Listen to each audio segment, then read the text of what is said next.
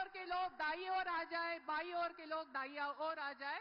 भारत माता की, भारत माता की, भारत माता की जय भवानी, जय भवानी। अकोल्यातील माझ्या सर्व बंधू आणि भगिनींना माझा नमस्कार।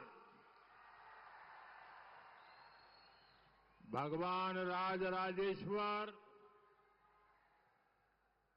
बरसी टाकलीची कालिका देवी, अकोटचे नंदिकेश्वर, बालापूरची बालादेवी, पातूरची रेणुका देवी, काटेपूर्णाची ढगादेवी यांना मी कोटी कोटी वंदन करतो। मैं संत गजानन महाराज जी को शीश झुकाकर नमन करता हूं। विदर्भ का आशीर्वाद हमेशा मेरे लिए खास रहा है। अब एक बार फिर मैं विधानसभा चुनाव में महायुति के लिए आपसे आशीर्वाद मांगने आया हूं।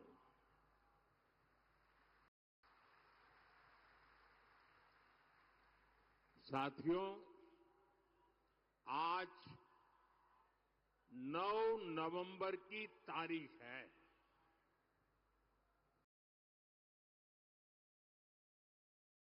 और ये 9 नवंबर की तारीख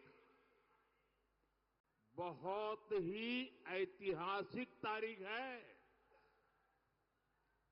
आज के ही दिन 2019 में देश की सर्वोच्च अदालत ने राम मंदिर पर फैसला दिया था।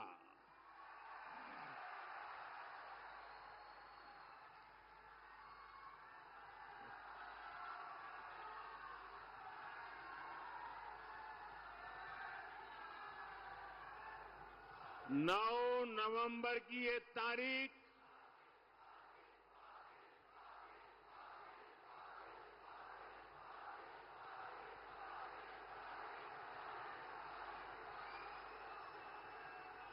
जय श्री राम।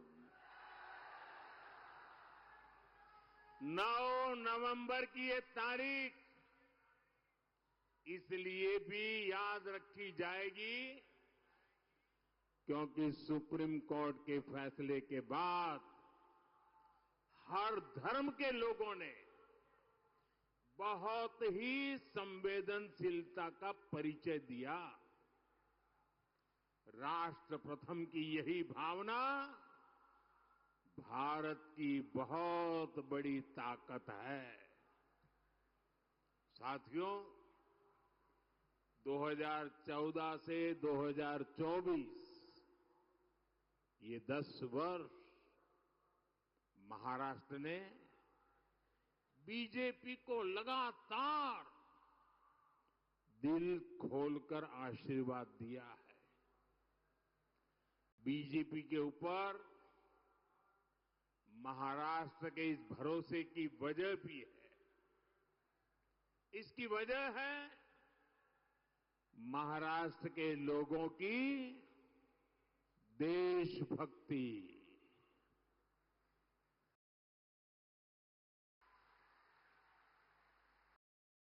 और महाराष्ट्र के लोगों की राजनीतिक समझ और महाराष्ट्र के लोगों की दूरदृष्टि। इसलिए महाराष्ट्र की सेवा का मेरे लिए सुख ही कुछ अलग है। अभी केंद्र में हमारी सरकार को 5 महीने ही हुए हैं। इन 5 महीनों में लाखों करोड़ रुपए की परियोजनाएं शुरू की गई है। इसमें बड़ी संख्या में महाराष्ट्र से जुड़े इंफ्रास्ट्रक्चर प्रोजेक्ट भी हैं। मैंने अभी कुछ ही समय पहले जिस वाढवण पोर्ट की आधारशिला रखी है, अकेले उसकी लागत ही करीब करीब 80,000 करोड़ रुपए है। और महाराष्ट्र में बनने वाला ये पोर्ट हिंदुस्तान का सबसे बड़ा पोर्ट बनने वाला है। आज हिंदुस्तान के सभी बंदरगाह की कुल ताकत जो है, उससे डबल ताकत अकेले ये महाराष्ट्र में वाढवण में बनने वाले नए बंदरगाह की होने वाली है। पिछले 2 कार्यकाल में मोदी ने गरीबों को 4 करोड़ पक्के घर बनाकर दिए हैं। आप बताएंगे कितने? कितने? जरा जोर से बोलिए। ये 4 करोड़ घर आंकड़ा बहुत बड़ा है। इतना ही नहीं, उस समय जो लक्ष्य था वो पूरा कर दिया, लेकिन बाद में कुछ राज्यों ने, मुख्यमंत्रियों ने चिट्ठी लिखी कि परिवार बड़े हो रहे हैं, नए लोग परिवार के अलग अलग घरों में रहने जा रहे हैं, हमारे इलाके में कुछ और घरों की जरूरत है। हमने ये बात मान करके अब गरीबों के लिए 3 करोड़ नए घर बनाने शुरुआत कर दी है। और इससे महाराष्ट्र के भी लाखों गरीबों को पक्के घर का सपना पूरा होगा। अब आप मुझे बताइए कि जिन लोगों को पक्के घर मिल रहे हैं, वो आशीर्वाद देंगे कि नहीं देंगे? जरा बोलिए ना, आशीर्वाद देंगे कि नहीं देंगे? ये पवित्र काम करने से पुण्य मिलता है कि नहीं मिलता है? ये पुण्य किसको मिलेगा? ये पुण्य किसको मिलेगा? अरे पूरी ताकत से बताओ भाई, पुण्य किसको मिलेगा? मोदी को नहीं, ये पुण्य आपको मिलेगा, क्योंकि आपके एक वोट ने मोदी को गरीबों के लिए घर बनाने का मौका दिया है। और इसलिए पुण्य के अधिकारी आप हैं। अच्छा, मेरा एक काम करोगे? अकोला के लोग जरा पूरी ताकत से बताओ, मेरा एक काम करोगे? शाबाश, बड़ा जोर है भाई।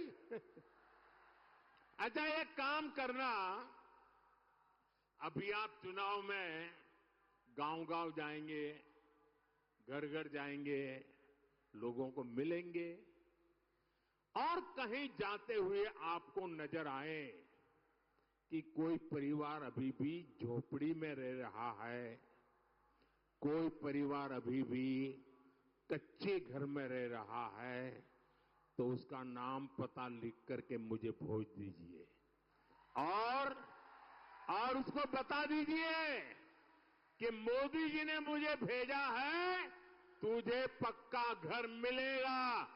ये वादा करके आओगे मेरी तरफ से? देखिए, मेरे लिए आप ही मोदी हैं, तो वादा कर दोगे? आप वादा करके आइए, मैं वादा पूरा कर दूंगा।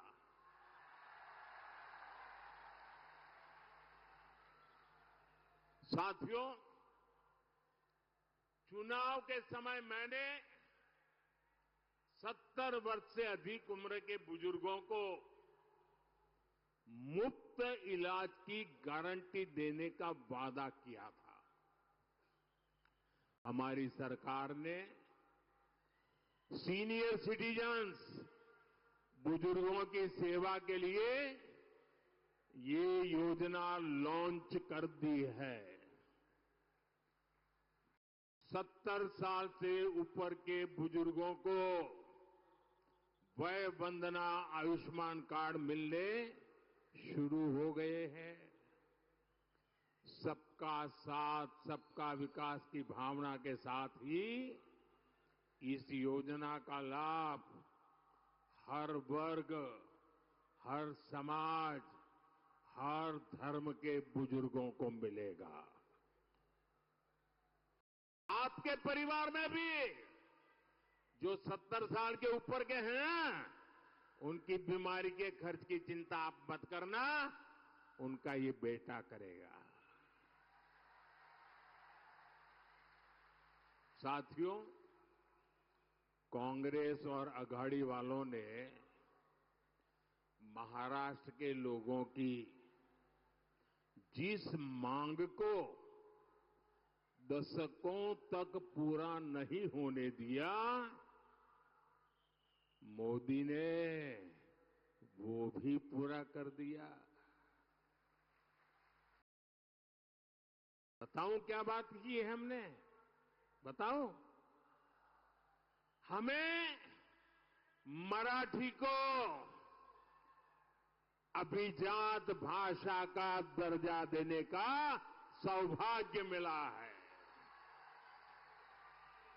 मराठी को वो सम्मान मिला है जिससे पूरे महाराष्ट्र का गौरव जुड़ा है। केंद्र में एनडीए सरकार तेज गति से चल रही है। उतनी ही तेज गति वाली महायुति सरकार मुझे फिर से यहां महाराष्ट्र में चाहिए। और इसलिए मैं आज आपके पास आशीर्वाद मांगने आया हूं। मिलेगा ना? पक्का मिलेगा ना? हर बूथ में से मिलेगा, हर गांव से मिलेगा, हर मोहल्ले से मिलेगा। और इसलिए पूरे महाराष्ट्र में आज गूंज रहा है, भाजपा महायुति आहे तर गती आहे, महाराष्ट्राची प्रगती आहे। साथियों, महायुति सरकार के अगले 5 वर्ष कैसे होंगे, इसकी एक झलक महायुति के वचननामे में भी दिख रही है। महिलाओं की सुरक्षा और महिलाओं के लिए अवसर, माझी लाड़की बहन योजना का विस्तार,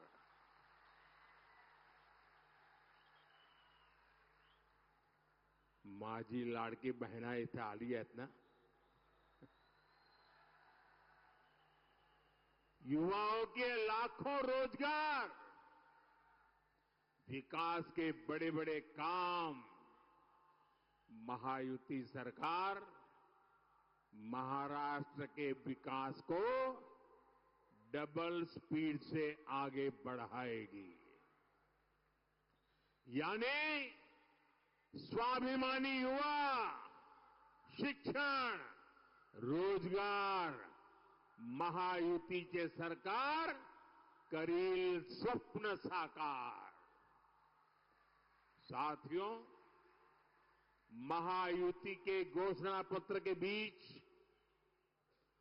महाअघाड़ी वालों का घोटाला पत्र भी आया है।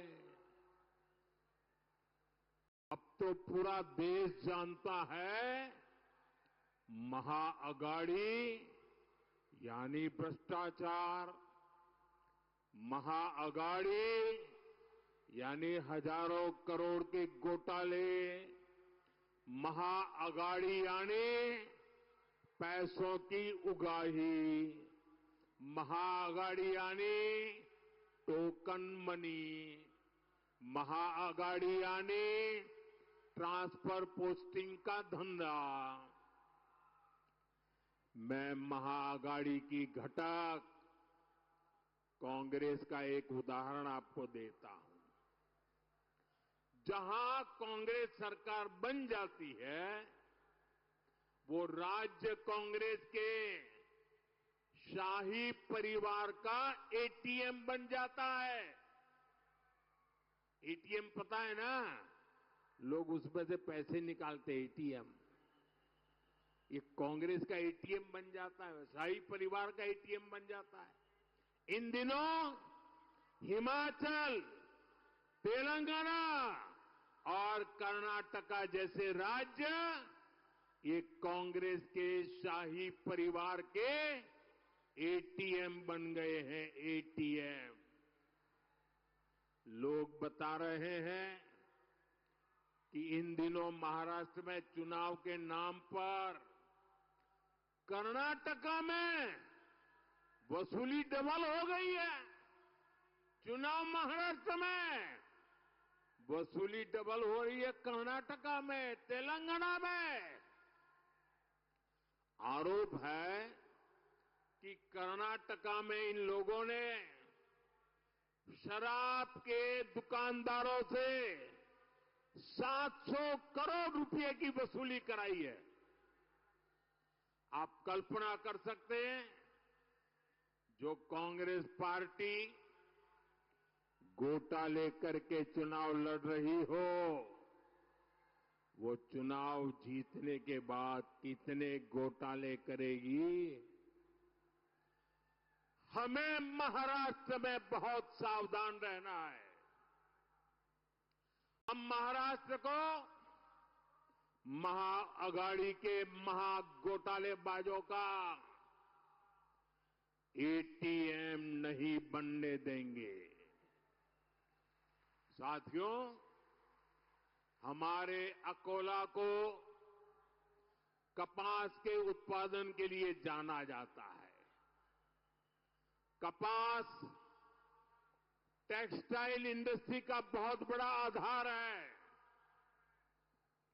लेकिन हमारे कपास किसान को दशकों तक इन संभावनाओं का लाभ नहीं मिला। ये हालात अब बदल रहे हैं। कपास किसानों की आय बढ़े, इसके लिए उद्योग और इंफ्रास्ट्रक्चर दोनों को बढ़ावा दिया जा रहा है।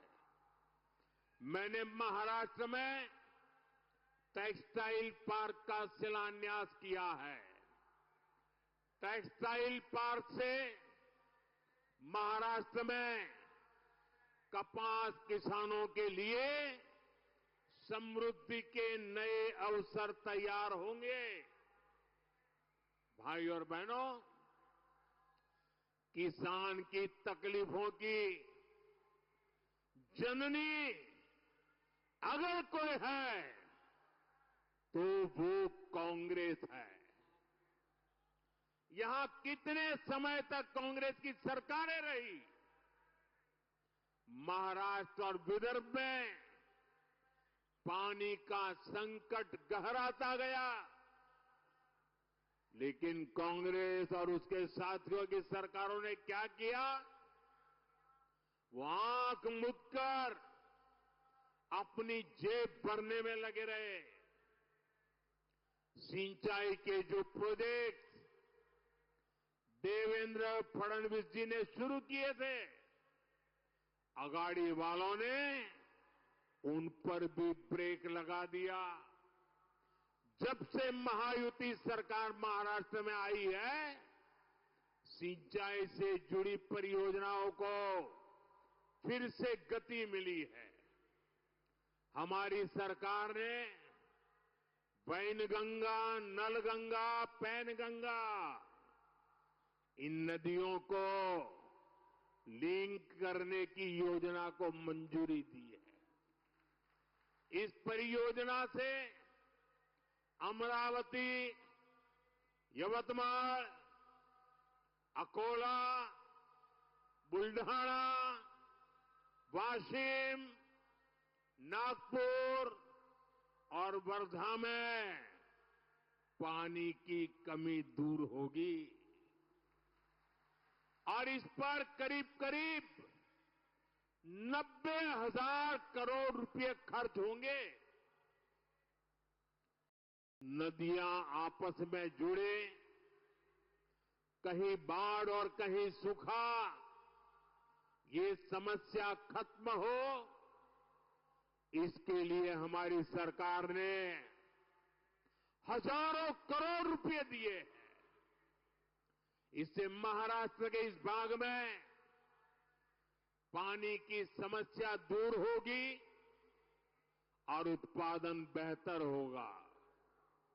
हम किसानों को कम पानी का उपयोग कर सिंचाई करने के लिए भी प्रेरित कर रहे हैं। पीएम कृषि सिंचाई योजना के तहत महाराष्ट्र में सूक्ष्म सिंचाई कवरेज को 10 लाख हेक्टेयर तक बढ़ाया गया है, जिसका मकसद है पर ड्रॉप मोर क्रॉप। साथियों, हमारा संकल्प है किसान खुद इतना सशक्त हो कि वो देश की प्रगति का नायक बनकर उभरे। इसलिए हम किसान की आय बढ़ा रहे हैं और खर्चे कम कर रहे हैं। हमने पीएम किसान सम्मान निधि शुरू की। महायुति सरकार ने उसमें अपना भी सहयोग किया। इसका परिणाम है कि महाराष्ट्र के किसानों को सालाना 12,000 रुपये मिल रहे हैं। कपास और सोयाबीन किसान को अलग से 5-5 हजार रुपये अतिरिक्त दिए जा रहे हैं। हम किसानों को फसल के नुकसान से बचाने के लिए फसल बीमा योजना लेकर आए हैं। अगले 5 वर्षों में इन नीतियों का और व्यापक असर दिखेगा। साथियों, कांग्रेस पार्टी जानती है देश जितना कमजोर होगा, कांग्रेस उतनी मजबूत होगी और जब कांग्रेस मजबूत होगी तो देश मजबूर हो जाएगा। इसलिए कांग्रेस क्या करती है, पिछले 75 साल का इतिहास देख लीजिए। उनके तौर तरीके, उसके सबूत ढूंढने के लिए कहीं जाने की जरूरत नहीं है, अगल बगल में मिल जाएंगे। कांग्रेस क्या करती है, अलग अलग जातियों को लड़ाना, यही कांग्रेस की फितरत है। आजादी के बाद से ही कांग्रेस ने कभी शेड्यूल कास्ट समाज को, हमारे दलित समाज को, हमारे एससी समाज को एकजुट नहीं होने दिया। कांग्रेस ने हमारे जनजातीय समूह, हमारे आदिवासी समाज, हमारे एसटी समाज को भी अलग अलग जातियों में बांटकर रखा। कांग्रेस ने ओबीसी नाम सुनते ही कांग्रेस चिढ़ जाती है और ओबीसी समाज की भी अलग से पहचान न बने, इसलिए कांग्रेस ने भांति भांति के खेल खेले हैं। कांग्रेस चाहती है एससी समाज की अलग अलग जातियां आपस में ही लड़ती रहे, झगड़ा करती रहे। वो जानती है एससी समाज की अलग अलग जातियां आपस में झगड़ती रहेगी तो उनकी आवाज बिखर जाएगी, उनका वोट बिखर जाएगा और ऐसा होते ही कांग्रेस के लिए सरकार में आने का रास्ता बन जाएगा। इसलिए यहां चर्मकार जाति को कांग्रेस मांग जाति से लड़ाना चाहती है। कांग्रेस मातंग को महार जाति से, बुरड़ जाति को वाल्मीकि जाति से, कैकाड़ी को खटीक जाति से और मोची जाति को कांग्रेस और जातियों से लड़ाना चाहती है। जब आप एससी के तौर पर एकजुट नहीं रहेंगे, अपनी ही अलग अलग जातियों में बंटकर झगड़ा करेंगे तो कांग्रेस इसका फायदा उठाएगी। कांग्रेस एससी समाज के अधिकार उनसे छीन लेगी, एससी को कमजोर करके सरकार बना लेगी। यही उसकी चाल है, यही उसका चरित्र है। इसलिए आपको कांग्रेस की इस खतरनाक साजिश से सावधान रहना है। आपको याद रखना है, एक है तो सेफ है, एक है तो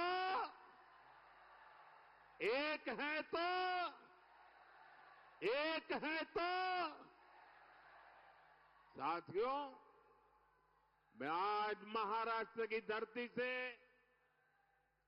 हरियाणा के अपने भाई बहनों का विशेष आभार व्यक्त करना चाहता हूं। हरियाणा के लोगों ने सबसे पहले एक है तो सेफ है के मंत्र पर चलते हुए कांग्रेस की साजिश को नाकाम किया है। उन्होंने विधानसभा चुनाव में वहां कांग्रेस को धूल चटा दी और अभी एक महीने पहले हुआ है। वहां के लोग भूले नहीं हैं कि कैसे कांग्रेस सरकार के समय दलितों के खिलाफ बड़े बड़े दंगे हुए थे। उन दंगों में दलितों को बेरहमी से मारा गया था और कांग्रेस दलितों को मारने वालों के साथ खड़ी थी। यही कांग्रेस और उसके साथियों का असली चेहरा है। साथियों, कांग्रेस ने बाबा साहब आंबेडकर के साथ जो किया, जो आज कर रही है, वो भी सबको जानना जरूरी है। नेहरू जी से लेकर आज तक कांग्रेस के शीर्ष परिवार ने बाबा साहब आंबेडकर को बार बार अपमानित किया है। कांग्रेस के समय बाबा साहब आंबेडकर के किसी भी बड़े काम का श्रेय कभी भी बाबा साहब को देने नहीं दिया। आज देखिए, जो बड़े बड़े डैम हैं, बड़ी बड़ी नदी जल परियोजनाएं हैं, इसमें सबसे बड़ी भूमिका जब बाबा साहब केंद्र में मंत्री थे, बाबा साहब आंबेडकर की रही। लेकिन इसका श्रेय बाबा साहब को नहीं, कांग्रेस के एक परिवार ने हड़प लिया, उनके ही नाम सब कर दिया। देश के पहले कानून मंत्री के रूप में बाबा साहब आंबेडकर ने देश के लिए अनेकों बड़े निर्णय किए, लेकिन कांग्रेस ने ये श्रेय भी बाबा साहब को कभी नहीं दिया। कांग्रेस के लोग बाबा साहब से इसलिए भी नफरत करते हैं क्योंकि संविधान निर्माण का श्रेय बाबा साहब को जाता है। कांग्रेस ने छल कपट से चुनाव में बाबा साहब को हरवाया, देश के एक महान नेता की राजनीति खत्म कर दी। क्यों? क्योंकि बाबा साहब दलित मां के बेटे थे। बाबा साहब को भारत रत्न भी तब मिला जब केंद्र में बीजेपी के समर्थन से सरकार बनी। साथियों, मेरे लिए बाबा साहब आंबेडकर, उनकी नीतियां हमेशा प्रेरक रही है, सदा सर्वदा पूजनीय रही है। हमारी सरकार ने बाबा साहब के योगदान को देश दुनिया के सामने प्रखरता से रखा है। देश विदेश में बाबा साहब जहां जहां रहे, हमने उन उत्थानों को, उन सभी स्थानों को पंच तीर्थ के रूप में विकसित किया है। महू में उनका जन्म स्थान, नागपुर में दीक्षा भूमि, मुंबई की चैत्य भूमि, दिल्ली में जहां उन्होंने अपना अंतिम समय बिताया, और लंदन में आंबेडकर मेमोरियल होम, ये पंच तीर्थ आने वाली पीढ़ियों को प्रेरित करते रहेंगे। और साथियों, मैं आज अकोला की धरती से इस शाही परिवार को चुनौती देता हूं। 75 साल हो गए, उनकी 4 पीढ़ियों ने देश पर राज किया है, लेकिन इस परिवार ने अगर इन पंच तीर्थों की मुलाकात की हो, बाबा साहब को श्रद्धांजलि दी हो, तो जरा देश के सामने रखे, ये मोदी है जो पंच तीर्थ पर जाकर के बाबा साहब को नमन करके आया है। अरे दिल्ली में बाबा साहब के तीर्थ पर ये शाही परिवार का एक भी सदस्य अब तक गया नहीं है। ये इनके कारनामे है। इतना ही नहीं,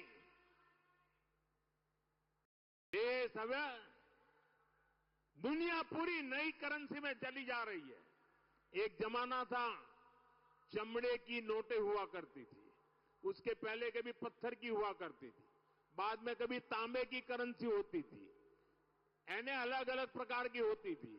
फिर कागज की करेंसी आई, अब डिजिटल करेंसी चल रही है, यूपीआई। अपने मोबाइल से पेमेंट लो, मोबाइल से पैसे दो। आपको मालूम है हमने इसका नाम क्या रखा है? ये मोदी है, जिसकी बाबा साहब के प्रति श्रद्धा है, इसलिए उस पूरी करेंसी का नाम भीम यूपीआई रखा गया है, भीम यूपीआई।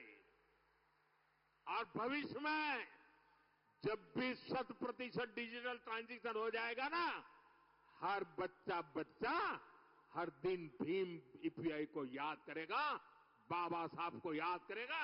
ये काम मोदी ने कर दिया है। साथियों, इन दिनों पूरा देश एक और संवेदनशील विषय को लेकर चिंतित है। जम्मू कश्मीर विधानसभा में कांग्रेस और उसके साथियों ने आर्टिकल 370 को फिर से बहाल करने का प्रस्ताव पास किया है। आप मुझे बताइए, मैं आपसे पूछना चाहता हूं, क्या इस देश में फिर से जम्मू कश्मीर में 370 लागू होनी चाहिए। पूरी ताकत से बोलिए ताकि कांग्रेस वालों के कान फट जाए। क्या फिर से 370 लागू होनी चाहिए? क्या 370 को लागू होने देंगे? तो ये कौन लोग हैं जो फिर से 370 को लागू करना चाहते हैं? अलगाववादी इसकी मांग करते हैं या नहीं करते हैं?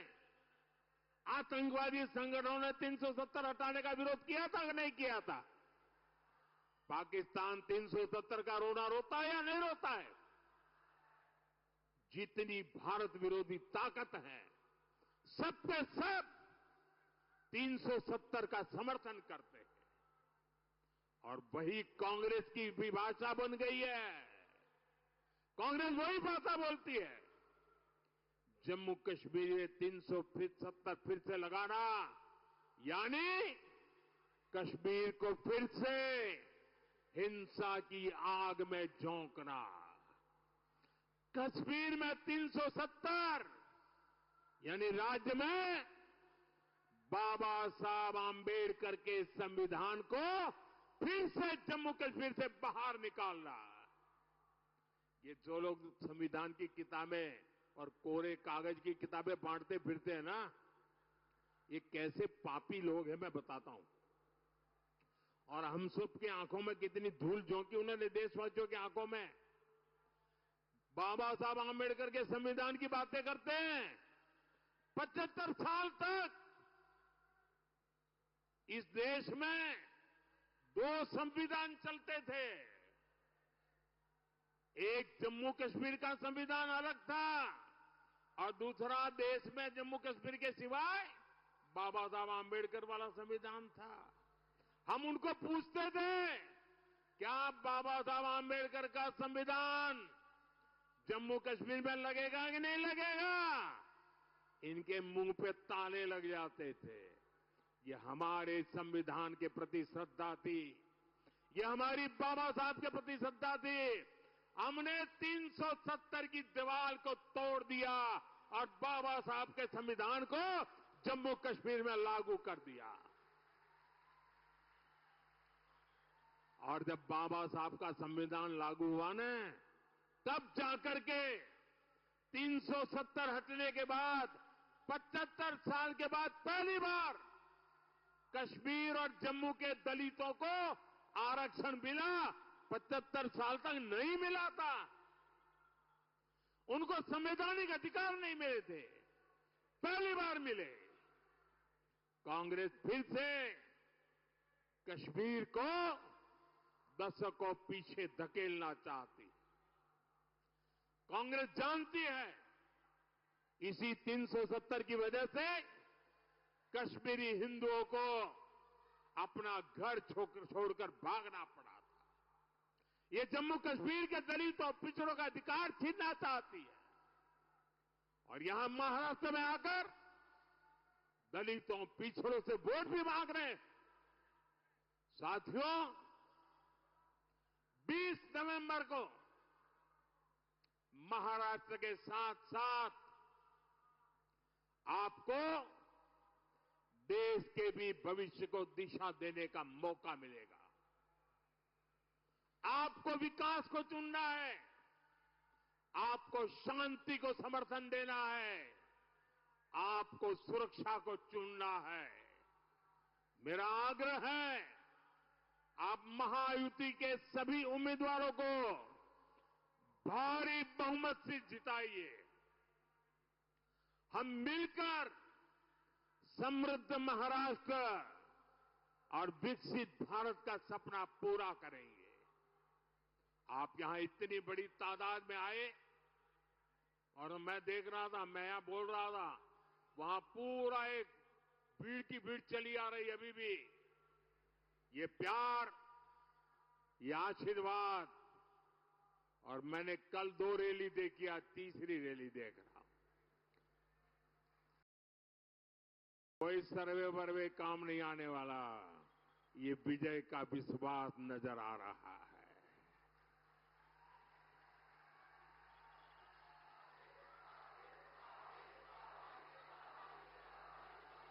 आप यहां इतनी बड़ी संख्या में हम सबको आशीर्वाद देने आए, इसलिए मैं आपका आभारी हूं। जो विधानसभा का चुनाव लड़ रहे हैं, ऐसे सभी उम्मीदवार जरा आगे आ जाएं।